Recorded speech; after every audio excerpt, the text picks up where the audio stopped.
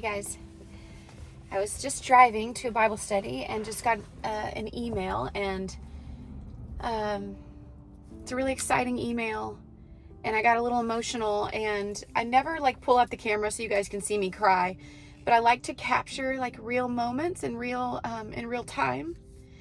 And so I just got the contract for the book that I'm going to be writing, telling my side of the River story and our grief and everything that God has done in the last 5 years.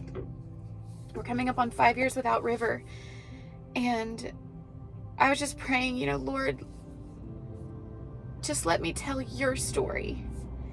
I don't want to of course I'm going to tell my story, but I want this story to be God's story and what he has done. And I want it to help people through grief. And I want there to be less of me and more of him. And it's exciting and hopeful and scary all at the same time, but I was just thanking him for River's life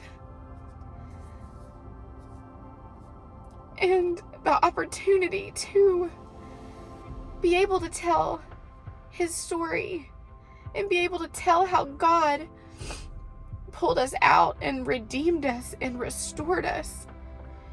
And so I wanted to get this on camera and just capture it in the moment, because I'm so grateful that a publishing company has offered for me to write this and for them to publish it for me. And it's such an incredible opportunity, and I'm so thankful.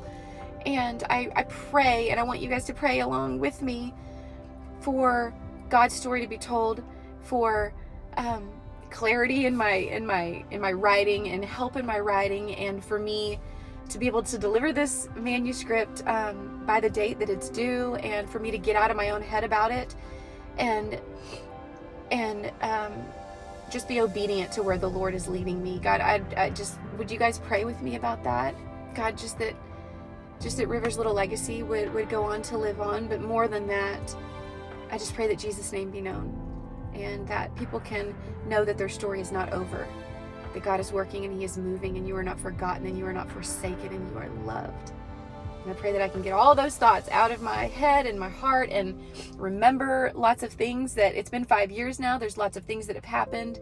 Just that I could get all of this down into paper, and that this can be a book that will be read for generations to come. I don't want it to be, something that people just read this year. I want it to be something that people can give to their friends and give to their granddaughter, someday, if they're ever suffering. So I just pray that it can be a book that will be read for generations to come. So if y'all would pray with me about that. I'm getting started writing it. I already have parts of it written, but it's going to be a lot in the next 5 months. It's due September, and it's April. But the book they're looking at release date of the following year. So I know I'm speaking about this early, but it is a process and it does take time. And I just want you guys to pray along with me for that. So thank you for coming on this journey with all of us, and for sticking by us, and for your words and your prayers. And I'm just grateful. And I'm just feeling grateful today for everything that God has done, and for River's little life. I'm so thankful that I'm his mom. Okay, so I just got home to sign the contract with the publishing agency, and I am blessed to be working with the Fed agency, the same agency that represented Granger as the literary agent, and I'm getting to work with HarperCollins, and I'm just really excited as to where this book is going to go. And normally, I would sign a physical copy, but we live in a digital age, so I'm signing this digitally. So I'm going to show you guys signing my first contract for my book that I can't wait to get in you guys' hands, but it's going to be a little bit, so you gotta be patient. Here we go. Where's the blue ball, Mama? I don't see the blue ball, baby. Can you show me your lip? Where you hurt your lip? Can you show me what happened? Hey, watch. I see another one. You're right, we found another marble. Oh, Maddie gave it? Okay, put him in here. There it is. I found another one. You did, put it in there. Okay, show me what happened to your lip. Oh, let's not do that. Here's my tire. Ready? It's for the grass. It's a weed whacker. So the other day we had a kind of a late night. Oh, we went and had dinner with another couple that had lost a child, and the night just got away from us. We ended up sitting at the table for over 4.5 hours talking, or close to that. So when we got home, Maverick was still awake because the diapers were in my car. We were out, long story. But we got home and Granger had gotten this truck for Yee Day. So Mavy wanted to see it and he was so excited, and it was late and he was very tired. So I guess he and Granger and Chad went for a drive in the truck, got out of the truck, and then Maverick was walking by the truck, and it was late and it was dark, and he busted his little lip on, we think, the bumper, because I think the trailer hitch is too short for him, but he busted his lip and then fell backwards. And it was like this, I didn't want to put him to sleep in case he had a concussion or anything. I was just watching him, watching his eyes, asking him how many fingers I was holding up, asking him who I was.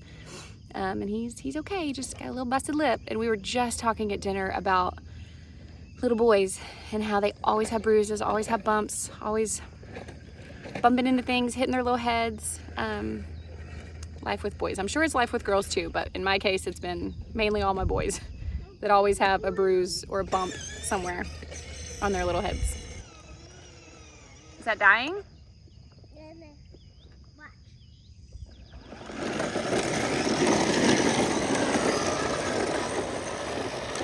When that little thing starts to die, he just gets off and pushes it because it goes faster than it does when he's pushing the button.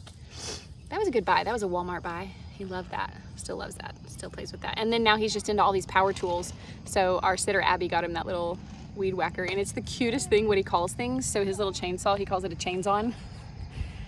I need to have him say what he calls that little weed whacker. Weed eater, weed whacker. I think I've always called it a weed whacker. What is that? What is that thing right there? It's a weed cracker. It's a weed cracker? Okay.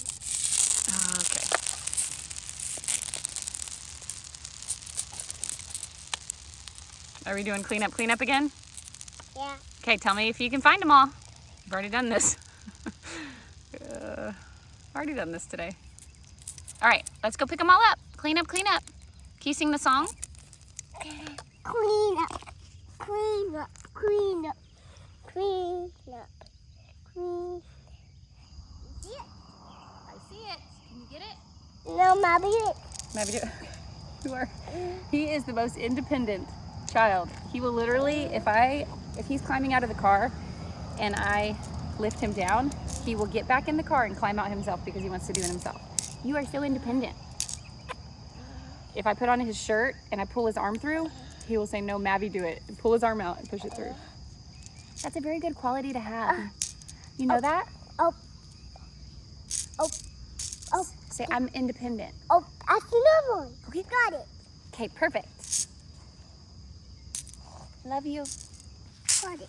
Got it. Oh. Nope, that's a rock. Look at all these, Mavy. Look, how many do you think there are? Pick them up. You count them and put them in here. 1, 2, 3, 4, 5. What's today? My days are all running together, you guys. Granger and I were just saying that our schedules are just so overpacked. I'm getting ready to go to Florida. I'm speaking at a women's conference in Fort Lauderdale called Renew. I am still tweaking my message like I do every single time that I go and speak, because I feel different things that I need to add and change, and I'm always typing up till the very last minute. But the Lord always comes through and I always get it done, and I'm always pleased with what he gives me to share. I'm going with one of my good friends. We're going to go up there and spend time together fellowshipping and worshiping and sharing the word of God. So getting all the things ready. I have got the kids situated, did all the laundry, did all the cleaning. I'm now uploading a rise that I just did with London. She's going to be on my podcast this week. So you guys tune in on Sunday to hear me sit down with little Lundy Lou. So I'm going to try to film some of this as I go, just so you can kind of see what I do occasionally, traveling, getting to speak. It's awesome to get to connect with some of you. I'm looking forward to getting to meet some of you. And hopefully if they film it, I'll be able to put the message on my Arise. We'll see. Let's go. Let's go to Florida. Hi. I am in the nursing mother's room at DFW Airport on the way to Florida. We had a layover at DFW. Our boarding passes said gate C7. And then, so I was just sitting there typing, writing, not even thinking. This is why my husband gets mad at me. This is why. Our gate changed to C8, which was just one over. And I heard final boarding for Florida. So me and my friend run over there. They gave our seats away.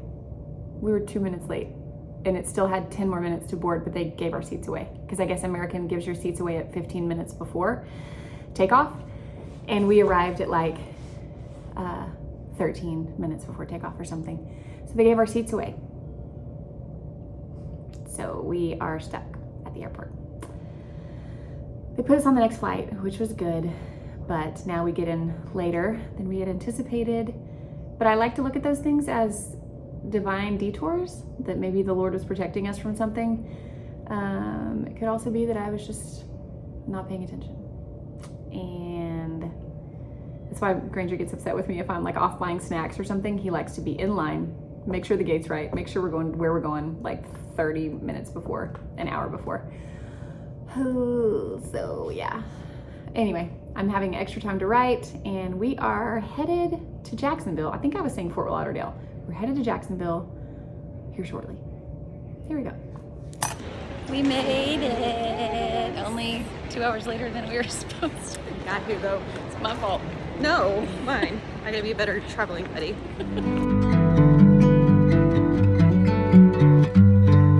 We overslept a little bit, but we are about to go. It's really hot or humid. Do I want to tuck that in? Do I not? I don't know.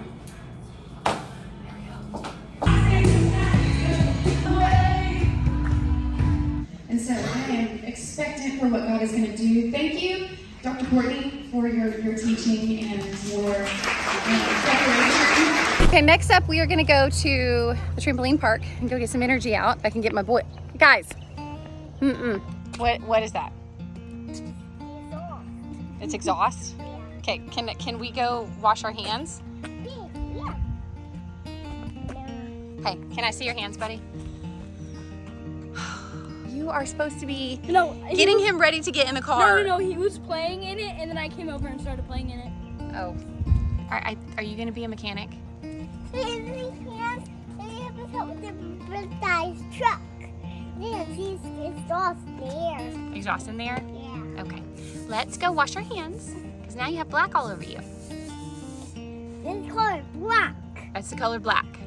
That's right. Let's go wash your hands. Let's do it. Do it. Hey, let's not play in Daddy's exhaust, okay? All clean. Kinda. All clean. Kinda. Not really. All clean. Not really. Do you want to wash your All hands in here? clean. Matt, do you want You're to not wash all your clean hands? yet, baby. Now mommy's hands are black. Matt, do you want to wash your hands in the soap pit? Come on, wash your hands in the soap pit. Come here.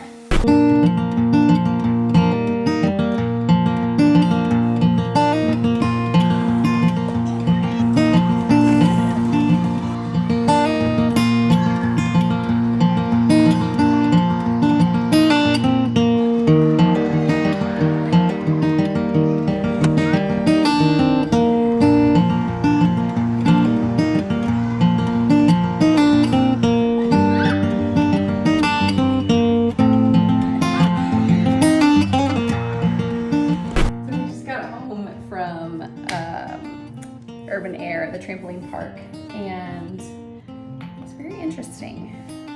I always know when I go to those places, my kids are probably gonna get sick. It's just like a germ fest. It's kind of anywhere you go, but especially places like that where there's like ball pits and, you know, arcade games and all that stuff. I just know we're probably gonna get a stomach bug in the next 2 days.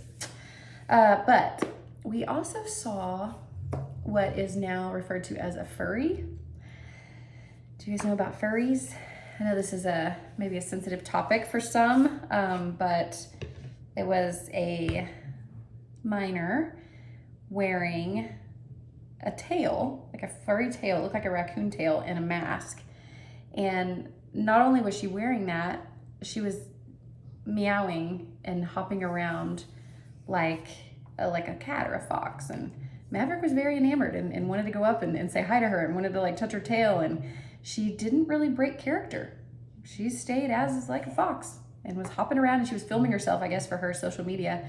But I was just telling Lincoln, it really made Lincoln have a lot of questions. And he, you know, we've talked about this kind of thing and identity and who we are in the Lord. And I really just kind of hurt for her. And, you know, if I didn't have, I had Maverick with me and I was chasing him all over the place, and I really wanted to sit and talk with her. And I think a lot of times, you know, people hide behind a mask and pretend to be something or someone that they're not because they don't know who they are in the Lord. They don't have their identity in Christ, and it makes me hurt for them.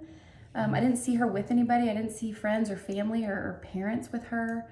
I don't know, just kind of hurt my heart for her. So I'm gonna pray about that tonight. I'm gonna pray for her, but it opened up the door for a teaching moment for Lincoln and I, because we've heard about furries in schools and litter boxes in middle school bathrooms and things like that. But it's all a part of spiritual warfare, and it's all literally spiritual warfare. There is a war going on for our families, for our children, for our identities, and it wants nothing more than to put doubts in our head about who we are, about who God created us to be. So it was a good teaching moment, but Maverick wanted to go talk to the fox. But we're home now. I'm about to go to bed. It's been a long day. I have a lot of work to do, a lot of writing to do, but I'm finishing up watching a movie with Lincoln. Just came to get ready for bed. Thank you guys so much for watching. Thank you guys for coming along with us. We love y'all. We will see you next episode. Like, subscribe, do all the things if you guys want to see more of our videos so you don't miss any of them. We'll see you soon. Bye. I realized that I said the wrong place. We had gone to Altitude, the trampoline park, not Urban Air. I said the wrong trampoline place.